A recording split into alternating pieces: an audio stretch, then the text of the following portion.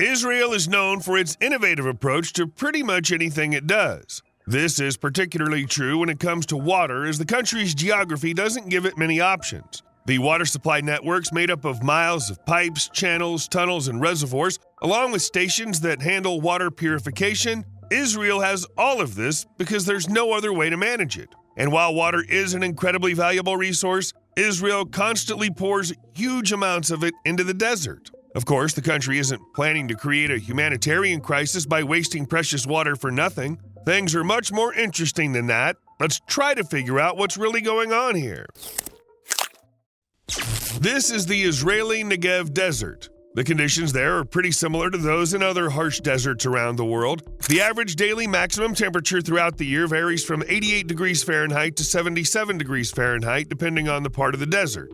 The average daily minimum ranges from 66 degrees Fahrenheit to 57 degrees Fahrenheit. However, at certain times in the Negev, it gets so hot that it's almost unbearable to be there. In the summer months, the temperature can reach almost 122 degrees Fahrenheit. What about the precipitation? Well, it's a typical desert, so there's practically none. In the southern part of the Negev desert, the situation's especially bleak. In summer, there's traditionally no precipitation at all. And during the rest of the year, the total doesn't exceed 0.2 inches. On average, only about 0.9 inches of rain falls annually. In the northern part, things are a bit better. In the summer, nothing falls from the sky either, but at other times of the year, rainfall can reach up to 1.6 to 2 inches, which is incredibly high for this region. The annual average in this part of the Negev is over 8 inches. For comparison, the Sahara Desert gets about 4 inches of rain a year, so the northern Negev has it somewhat lucky. As for the desert's terrain, it's mostly sandy dunes, some of which can reach up to 100 feet high, along with rocky, dusty mountains and deep craters. There's also sparse vegetation trying to be a bit more diverse, with small bushes and occasional short trees. Do you know what's the worst thing about the Negev Desert for Israel? So let's take a look. The country's total area is only about 8,100 square miles. That's really small. To be more specific, Israel ranks 148th in terms of land area in the world. Meanwhile, the Negev Desert covers a staggering 5,000 square miles. That means this sandy, rocky area with limited vegetation takes up more than half of the country's total land. In this situation, Israel definitely needed to come up with something to make use of the land that under normal circumstances wouldn't be good for anything useful. David Ben-Gurion, a very significant figure in Israel's history, kept saying that the Negev needed to be developed. He didn't live to see the radical changes, but eventually the desert started to literally transform. This wouldn't have been possible if the country hadn't begun supplying the desert areas with enormous amounts of water. In particular, the Israelis began providing the Negev with water through their national water supply system. The main task of the project, completed in 1964, was to pump water from Israel's most important reservoir, the Sea of Galilee, to the densely populated center and dry south of the country. For this, a system was created with a total length of about 80 miles, consisting of giant pipes, open channels, tunnels, reservoirs, and large pumping stations capable of pumping up to 19 million gallons every hour, or 449 million gallons of water per day. At first, it might seem like the system isn't really supplying water to the Negev. The pipeline only runs through the western part of the desert. However, that's just the main pipeline. There are plenty of secondary branches. These go further into the desert, reaching places like Beersheba, a city with over 200,000 people. By the way, it's one of the top 10 most populated cities in the country. Yes, hundreds of thousands of people live in the desert city of Israel. It's a great indicator of how well developed the water supply system is, and how it helps forget that the house is somewhere among the desert dunes where only some camels and nomads could survive. This is how water was supplied to the desert until the Sea of Galilee's freshwater reservoir was hit by a drought. The freshwater resource levels were constantly monitored, and the solution was to rely on desalination plants. You can see them here on the map, along with the national water system. Their capacity starts at 23 billion gallons of desalinated water and reaches 39 billion gallons at the most advanced station called Sorek. As a result, the Israelis connected each of the stations to the main water system through infrastructure worth $250 million. The Sea of Galilee began to be replenished with water from the Mediterranean Sea when the dry south, meaning the Negev Desert, started to be filled with hundreds of millions of gallons of water that had been completely unusable not long ago. By the way, Israel's main water supply system is not just a piece of infrastructure on a massive scale, but also an effective solution. water losses are only 3%. To compare, in the UK, this figure reaches 20%, in Bulgaria, it's 50%, and in Romania, it's 70%. So practically every gallon of water from the Mediterranean Sea that's desalinated is used to its full potential. The Negev also gets its water from underground, specifically from the mountain aquifer. Its safe yield, meaning the amount of water that can be taken out without harm, is about 95 billion gallons per year. However, Israel as a whole doesn't have a lot of water resources, and the Negev even less, which is why as of 2023, twice as much was being pumped out of the aquifer, about 158 billion gallons of water. Let's put it this way. Pumping a lot of water out of aquifers is generally very risky because they don't have enough time to replenish and could be completely drained, especially in Israel's climate. But there's another issue with underground water sources. Right beneath them lies a body of salt water, which could contaminate the fresh water in the aquifer. Because of this, the country and the Negev desert will increasingly focus on high-tech desalination instead of pumping water. This will help improve the security of the underground water source. And the last water source supplying Israel and the Negev desert is already used water. Starting from the 2000s, the country's invested more than $750 million in this field, creating 67 large processing plants, 10 of which recycle over 56% of the country's wastewater. Just imagine, 87% of all the water Israelis drain into the sewer system is then turned into something that can be used again. That's pretty impressive compared to, say, the U.S. There, this figure doesn't even reach 10%. The main reclamation system in Israel is Shaftan, located in the Tel Aviv area. It treats about 97 million gallons of wastewater a day, some of which then flows to the Negev. The treated water is pumped through a pipeline to irrigate 60% of the greenery in this harsh desert region. And here we finally come to what Israel has partially managed to turn its dry southern territory into.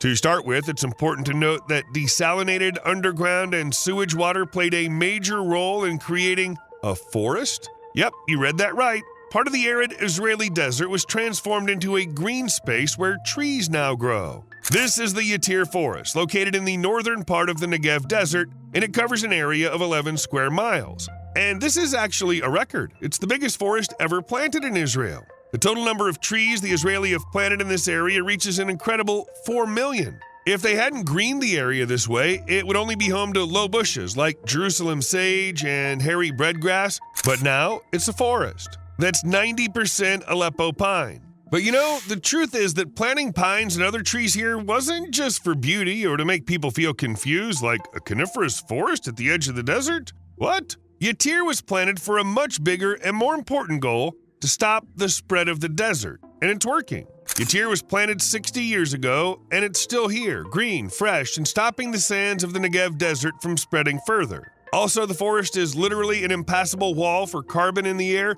meaning the trees act as a sort of trap. For over 15 years, research has been conducted here showing that Yattir absorbs an astonishing amount of the universally hated carbon, as much as forests in wetter regions. This is where their service still doesn't end, because Yattir is the reason why rare local rainfall evaporates less. The trees block the sun, so the rays don't reach the water. Of course, people in advanced Israel couldn't help but use the forest for research as well. For example, Yattir is part of the NASA FluxNet project, a global network of micrometeorological towers used to measure the exchange of carbon dioxide, water vapor, and energy between land ecosystems and the atmosphere. The Arava Institute for Environmental Studies is also operating here, focusing on crops like dates and grapes. They're grown in the vicinity of the Yattir forest. Why? These studies are part of a project to bring new crops to dry and salty regions. However, of course, there are certain problems. For example, if the forest has been growing here for 60 years, that doesn't mean it's been completely loss-free. Scientists have found that 5 to 10% of the forest dried up and died due to a series of extreme droughts over the past decade. Moreover, the forest is not recovering due to ongoing climate issues, as well as the grazing of sheep and goats, which are always eager to eat young pine saplings. Another problem is based on a simple truth. A tree, no matter how good it is, isn't always a good thing. The area where Yattir was planted has never been a forest, so the local species are adapted to shrubs. They need open landscapes to dive after their prey. Plus, heavy machinery and herbicides used when planting trees are probably not great news for the fragile soil of drylands, because its crust gets destroyed and there are small plants, lichens, mushrooms. They're food for insects, reptiles, and birds. So you get the idea. Everything has its downsides. What other reason does the Negev have to show off? For example, its agriculture is doing really well, though actually agriculture is pretty much developed all over Israel. Israel is one of the most efficient producers of cow's milk, 3,430 gallons per cow compared to 2,640 gallons in North America and 1,580 gallons in Europe. The tomato yield in Israel is 300 tons per 2.4 acres compared to the global average of 50 tons per 2.4 acres. The country also produces 262 tons of citrus per 2.4 acres compared to 243 tons in North America and 211 tons in Europe. In the Negev, farmers also grow sunflowers, wheat, melons, chickpeas, pomegranates, almonds, and olives. All right, if that doesn't surprise you, they even managed to grow cotton in the desert, one of the most water-hungry crops you can plant. There are even some figures provided by the farmers of Sabar Kama. In good years, they managed to harvest 3.5 tons of sunflowers, 7 tons of wheat, and 6.5 tons of cotton. Doesn't sound like a lot? We're talking about yield per 2.4 acres. So these are actually pretty decent numbers. Here's the total value of fruit production in different countries. It's like GDP, but just for agriculture. So Israel's in first place, followed by Pakistan, Portugal, New Zealand, and this is despite the fact that these countries have much larger land areas than Israel. All the other countries on the list are also bigger. But the total area is one thing. Israel's a country where more than half of its territory is covered by the Negev desert. Dry, harsh, and all that. However, it's this southern desert that makes up 40% of the country's entire agriculture. How do the Israelis pull it off? By now, you've figured out that the country has a sophisticated water system which delivers desalinated water from the Mediterranean Sea to the Negev. They also use underground water for agriculture. And let's not forget about wastewater. It's turned into something usable for the fields, so it's sent to the farmers. But if the water were just taken and poured into a dry desert, the consumption would be gigantic. No system, even Israel, could handle such a task. Innovations in agriculture help save water. The most important one is, of course, drip irrigation, which started gaining widespread use in Israel since the 1950s, thanks to one of the founders of Mecharat, the country's main water organization. What's the idea behind this method? In this case, it's not just about flooding all the beds with water. The liquid's supplied directly to the root zone of the plants in small portions, with the regulators being the drip dispensers. This kind of irrigation brings a lot of benefits like lower water usage, reduced erosion, weed growth, and much more. Of course, there's one downside: higher costs compared to traditional irrigation methods. However, in the case of farming in the Negev, this drawback isn't a big deal. At the very least, because thanks to drip irrigation, the country feeds itself and earns money from exports, and at most it also involves fish farming, which just as much brings in money and feeds the population. Yes, they really grow fish in the desert. A few decades back, scientists found that in certain spots under arid lands, 50 to 100 feet below the surface, there's water at 104 degrees Fahrenheit with low salt content. Thousands of years ago, the desert was much wetter. Rain fell from the sky and the water soaked into the ground, gathered, and warmed up. Then, scientists showed that this water makes an ideal environment for species like tilapia, bream, barramundi, catfish, guppies, clownfish, and many more. The fish isn't just raised for food, it's released into the water where it releases metabolites that are very nutritious for plants. The enriched water can then be used to grow crops. Over its lifetime, plants absorb the metabolites through their roots, essentially cleaning the water, and it returns to almost its original state.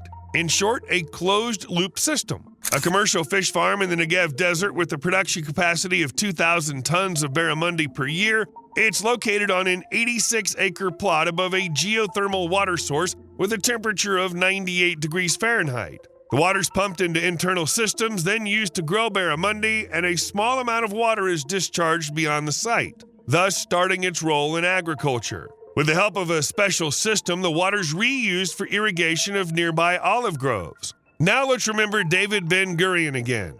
He hoped that the lower desert part of the country would eventually help the north in terms of desalination and renewable energy. As for desalination, the south really does contribute because they've already studied how such water can be used in arid areas. Moreover, Ben-Gurion probably didn't suspect that the technologies of Israel would be used by the whole world. But what about energy? The Negev Desert helps out here because it gets a huge amount of sunlight and has vast unused land, perfect for implementing projects related to solar energy. And here's one of the main examples, the Ashalim power plant located south of the most populated city in the Negev Desert, Be'er Sheva. It consists of 3 sections, each with a different technology. The first is a parabolic trough plant with a capacity of 121 megawatts. There are numerous reflectors here that concentrate sunlight onto a pipe with a heat transfer fluid. The thermal energy in this system can be stored for up to 4.5 hours. On the second site, there are 50,600 of these objects, heliostats, which focus sunlight on a collector tower. Each one automatically adjusts to the position of the sun to reflect the optimal amount of sunlight, which is why the output reaches 320 gigawatt hours of energy per year. And now it's time for records. Until recently, this tower, standing 853 feet tall, was the tallest in the world of its kind. Although this probably doesn't matter much to those living nearby and the farmers working in the fields, for them, there's a much more important fact. The station produces 320 gigawatt hours of energy annually, enough to power 120,000 homes and provide a lot of energy for agricultural needs. The third site is a photovoltaic station, which doesn't really stand out in terms of figures compared to its counterparts, having a capacity of just 30 megawatts. However, it serves as an additional source of energy both for the residents and for greening the Negev Desert. Yes, Ben-Gurion kind of looked into the future when he said the Negev would be a test of Israel's creative potential and innovative energy. He didn't know how well Israel would do on that test, but now we can say for sure, the country's handling it well.